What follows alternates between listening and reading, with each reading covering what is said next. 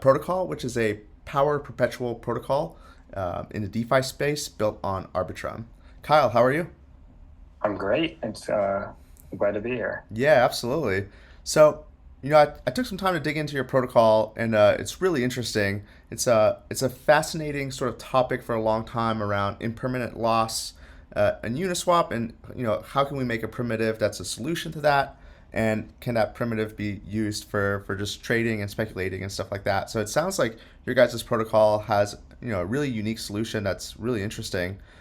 Before we jump into that, maybe we could just jump into your background a little bit and how you found yourself in crypto and developing Numoen. Yeah. So I kind of got involved around 2020 summer when I was just bored at home. My internship got canceled, um, and I was just reading a lot about Bitcoin at the time, and then Ethereum. Kind of trading around through the Robinhood app. They offered like you could buy Litecoin at the time and Mm. Bitcoin and Ethereum. Um, And then, yeah, just kind of once I got back to school in the fall, I joined the club blockchain at Michigan.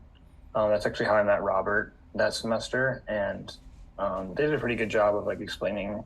Kind of took us through a course, taught us like the basics of crypto, and at the time, or still to this day, Ethereum is like the hub of all the innovation that's happening. So that's how I kind of got involved, reading about that, reading about the EVM. I think at the end of that school year, me and Robert did a hackathon for Cello, where we basically made a fork of an existing DeFi protocol. It was on Ethereum, brought it over to Cello because they really had a lot of growth at the time. Um, so yeah, it was never really like a big jump. It just kind of fell into it. I feel like, Cool. And but is your background in computer science or is it more in finance? yeah, computer science. I studied that at school, and then right after, I've been working on this full time. Yeah, fantastic. That's cool. So after graduating school, essentially now you're working on this full time. And Mhm. Robert, so what's his background? Is it also in computer science? Yeah, pretty much exactly the same. We're the same year in school, and yeah, same Awesome. major. And so, did you guys kind of kick around a few ideas as you're developing a protocol, or were you kind of laser focused on sort of this solution to one of the existing problems in DeFi, which we'll dig into in a second here? But was it kind of always this is the nature of the protocol, or were you guys doing a bunch of different stuff in the space? No, we definitely did pretty much we thought of like everything that you could possibly think of, and definitely made like a ton of mistakes just going trying out different ideas. Um, but we were always really focused on like exchange design. Uniswap was like the first thing that we both thought was really cool. Like Yeah. even back in college, just like reading about it. And V3 came out um, like at the end of the school year that we were really like taking a deep dive on it, and it was the like biggest protocol. But yeah, we have like tried and thought of like every idea, so it was never wasn't a very straight path. Sure, sure. Cool. So for people who are not familiar, Numoen, the way you spell that, first of all, is Numoen. And so it's a DeFi power perpetual protocol. It's fully collateralized and allows people to essentially hedge out the impermanent loss risk or the concaveness of Uniswap payouts. Maybe you could just give us a Yeah. kind of a brief overview for anyone who's new to your protocol. Yeah. So the basically principal idea is it allows you to um, take the opposite of a liquidity provider position. So take the opposite of an LP position that, that's like the most common thing really in DeFi is being a liquidity provider, Hmm. where you're like uh, agreeing to like buy or sell at a given price based on the market. And this just allows you to short that, which takes the Uniswap derivative and turns it and just like shorts it and gives you a derivative that is more familiar to kind of that you would regularly think of as like a derivative where the price goes up, you make a ton, and if it goes down, you don't lose that much. That's really what people are looking for when they think of derivatives, or at least like retail traders. Yeah, so for people who are new to Uniswap, so let's say I'm an LP in Uniswap, I lock in, two assets, let's say Ethereum and some stable coin. And essentially, I have Uniswap works with a constant product function. So basically, every time someone trades against a protocol, my position in the ETH versus stablecoin is altered, but it has this concave property that as ETH goes to zero, I take maximum losses, and as ETH goes to infinity, I don't make infinity profit. So you have sort of like this negative or short straddle like payout. And so, how do you guys at Numoen essentially inverse that relationship? What are the mechanics behind that? Yeah, so I think you nailed it on Uniswap. You're just willing to basically buy or sell at any price, which means if the price keeps going up, then you keep selling the asset that's going up. So you're losing out. People call it impermanent loss. Mm-hmm.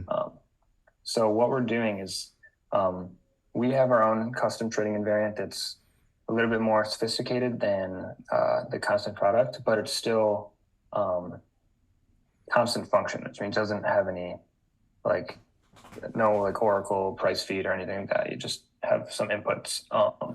There are two balances, and you assign like a power to it, which we just fixed as two.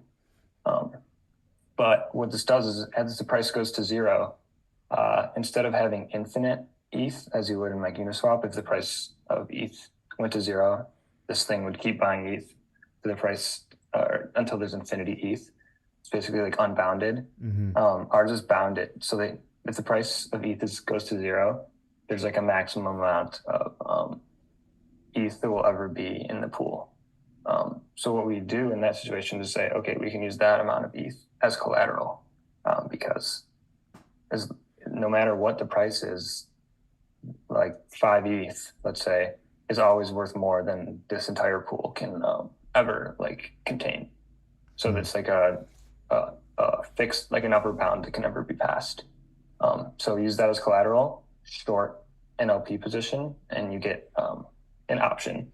It's really, you can do this with any payoff, really. We just do it with this payoff that when you short, you get a power perp because it's like a easy to use option. It's fungible. Like it doesn't matter if you take it at the price of 10 or at the price of 20. It's the same option.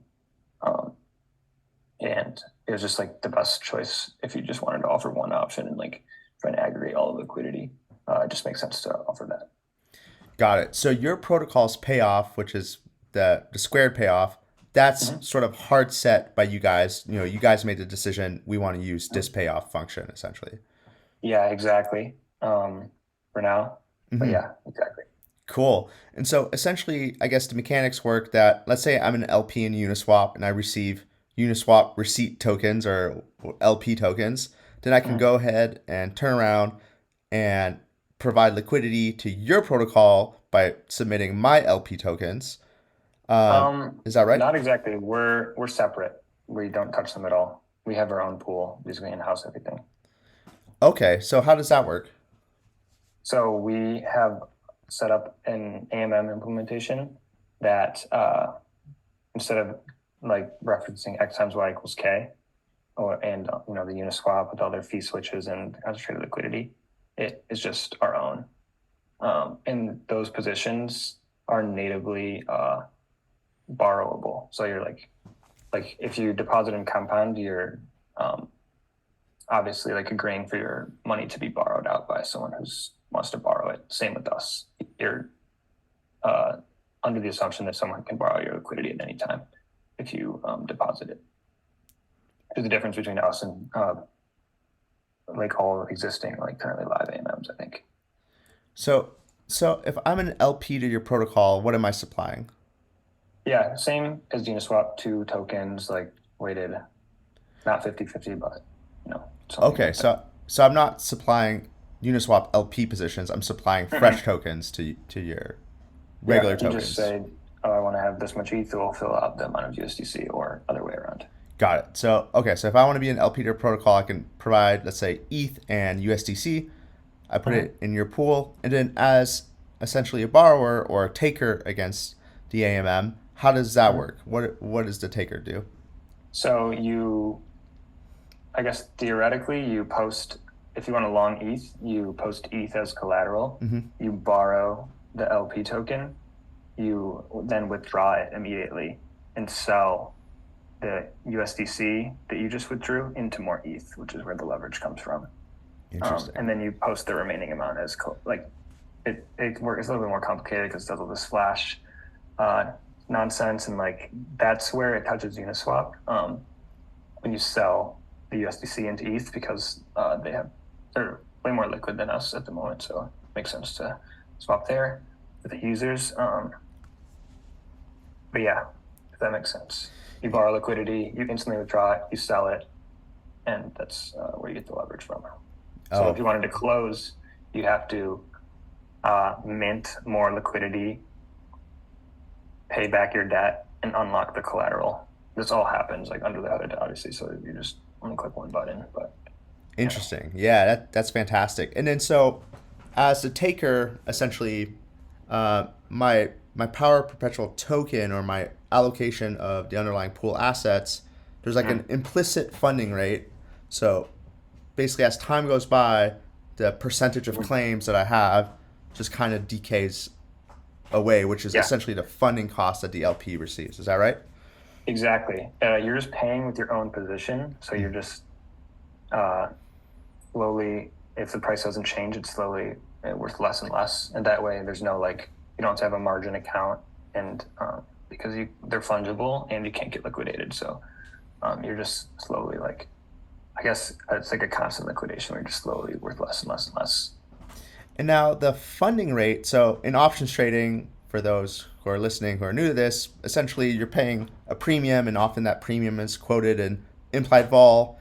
Now you guys have essentially calculated your own implied vols as well. Can you maybe touch on that and maybe touch on sort of the cost of the funding and how you guys determine that?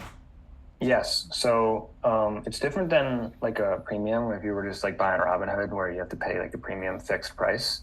It's just it's more like a compound or any perp, where over time you're slowly paying this funding rate. And so this is kind of probably a shortfall of our design, and an area where we can improve. But right now it just uses this utilization function. So if 50% of the liquidity is borrowed, then it basically has a fixed curve and says, okay, 50% equals 50% utilization. I don't think that's definitely not it, but it's something like that. And we made that curve with the assumption that like the average implied vol is around 100%, which is just like historically what ETH has been like. And this, But yeah, definitely not like optimal, but it's really simple to use and it's like really safe. and is that like average implied vol assumption or that vol assumption? Does that change as a dynamic, or is it kind of set by you guys, and is it the same across different currencies? How does that? Yeah, it's just fixed 100 for all of them. Got it. So now, And yeah, if there's like some crazy altcoin versus stable coin, maybe that vol is a little low. And if we're talking about wrap Bitcoin versus stable coin, maybe that vol is a little high. Is that sort of the deal? yeah. So it's not. There's definitely room for improvement, and like we're definitely aware and like looking at it, and like this isn't our last step. So yeah, Now, one of the things but it seems to be working out fairly well for now. one of the things that's really interesting is with this design, there's no liquidations, but there is essentially a capped payoff. Is that right? So because there's no Yep. liquidations, the most I can earn with my Power Perpetual are essentially all the pool assets. Mhm. And then, Yeah, so you can't make money out of thin air. So yeah, you're basically capping yourself at a certain price. You lose the convexity of an option, and you just get linear.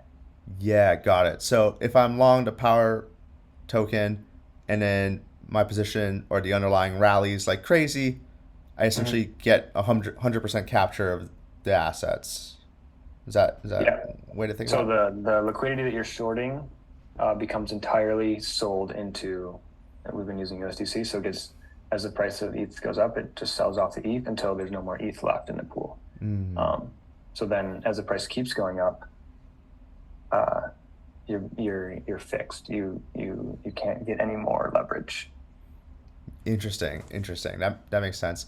And so one of the other things that's really neat is like because the nature of fully funded, decentralized, people can create any sort of market. So I could do some random altcoin we never heard of versus USDC.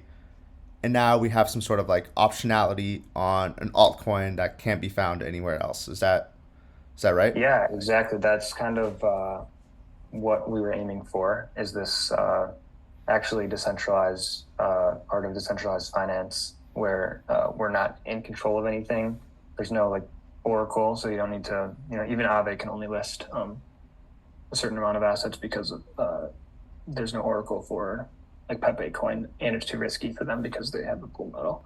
But there's no oracle, there's no liquidation, so we're not relying on any party besides like arbitrageurs who are incentivized to make money for themselves. Mm-hmm. But even if they quit, it's not like anyone's really losing money. It's just not functioning how you would maybe assume, but there's no like risk of funds. So this allows us to spin up any pool. It doesn't even have to have ETH or USDC in it. It could be like an ETH wrapped Bitcoin pair. It could be like liquid staking, anything you want. Yeah, that's fascinating. So to me, one of the big secrets or the big reasons for success of Uniswap was that flexibility where you could essentially make any market for trading altcoins. And now with your protocol, you can essentially make any market for convexity on altcoins or an option like payout, which seems really cool. Now, Yeah, we took a lot of inspiration from them in terms of that property of like, especially V1, there's no even, it was completely permissionless and there was no admin key. With V2, they introduced like the fee switch and the DAO admin key. But also it's just like so simple to use, especially V2, right? You don't have that much choice. You just supply the two assets, and it impacted a lot of our design decisions like early on. yeah, cool. So if I'm an LP in Uniswap, the only reason I actually want to be an LP is to collect fees that essentially rewards me for that concave payout structure. Now, I'm guessing, let's say the fees were to change on Uniswap or someone would do like a cheaper fee or a more expensive fee. Theoretically, that would translate or should translate into a different sort of funding rate for your protocol, or is that not the case? I know that right now it's manual, but are those two Yeah, closely linked? you got it. So with Uniswap, you're making the bet that the price is going to stay the same, and you make money off of fees, which are basically just volume, and you lose money off of like realized volatility. So if the price moves, the price which you withdraw at is different than the price that you input it at, which isn't very intuitive, kind of, because volume and realized volatility aren't necessarily related, or like why would that be like the trade that you picked? With us, you are losing money with realized volatility in the same, all AMMs have that property, but you're making money on implied volatility, which is where the funding rate comes from. So how it would work is if the options like takers basically think that the implied volatility is too high, they don't want to pay 100% on a certain pair because they think it's going to be more stable, they would just sell their option because they don't want the position anymore. It's too expensive. And that moves down the utilization kind of how much of the pool is like being used, is being like taken by borrowers, and then that is where the interest rate comes from. So it just like that situation would drive the interest rate down, and the exact opposite would happen if options buyers like, this is too cheap. There's some alpha here. I can make money if I take this option. Then that would move the rate up, and then hopefully that's how you find like the market rate. Yeah, that's fantastic. So there is like this kind of dynamic mechanism based on the utilization of your pool. Yeah, it's the exact same as Compound. They came up with it. I think they called the jump rate model. I'm pretty sure they came up with it, but it's the curve. The interest rate curve is fixed, but based on utilization, it will change the actual value that you pay. And then you guys recently launched on Arbitrum, is that right? Yeah, I think almost 2 months ago, a little over 2 months ago.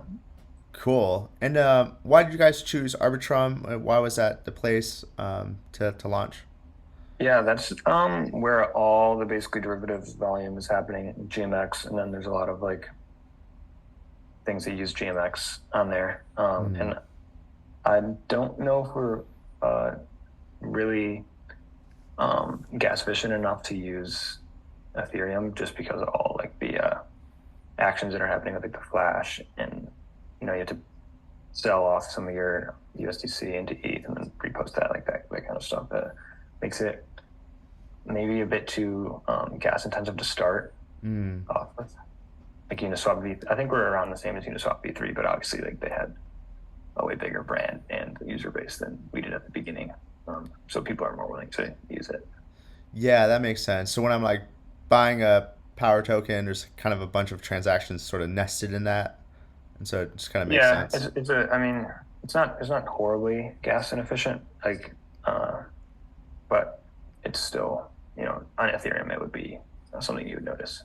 Yeah, cool. And then you mentioned sort of the implied vol assumptions and stuff like that. You were kind of working on that. Mhm. What are you guys exploring for that problem in terms of solutions? Yeah, so right now we just have a one curve that you can borrow from, and that gives you the power curve. I think the ultimate solution is like something where more like a concentrated liquidity kind of situation, um, where all the ticks or like all the pools are aggregated into one, um, and then you don't have to exactly match up like the buyers and the lenders and the borrowers. So this person could say, "Oh, I want to." Provide like full range liquidity, and then the borrower could say, oh, I just want to borrow like this certain amount, and that would still work. So I think that's probably a better solution. Like, um, we're not working too much on that right now because we want to just grow what we have and like prove that it's something that people want to use, before like spending a bunch of time and making something else. But that's definitely like we think about this a ton. So like ideas always pop up. Cool. And then I saw one of your kind of protocol products was around sort of liquid staking. Can you Mm-hmm. maybe touch on that? Yeah. So at the beginning, we just offered you can just borrow or like you can just get the option, or you can just provide liquidity to the protocol. We try to make some more um, like specific use cases, kind of strategies. Not really strategies because we're not actually doing anything different. It's just like a front end kind of you know making it a little bit more easy for people to understand for like liquid staking. But yeah, liquid staking is special because you're assuming that in the long run, stETH is always going to go up versus ETH. So if you long stETH versus ETH, um, it'll be like you can kind of boost your returns that way. Cool. That's awesome. Well, thank you so much, Kyle. I think this is a really interesting protocol. Can you please just give kind of outline for listeners where they can find more information, where they can check out your site, stuff like that? Yeah, we're at just numoen.com, Numoen.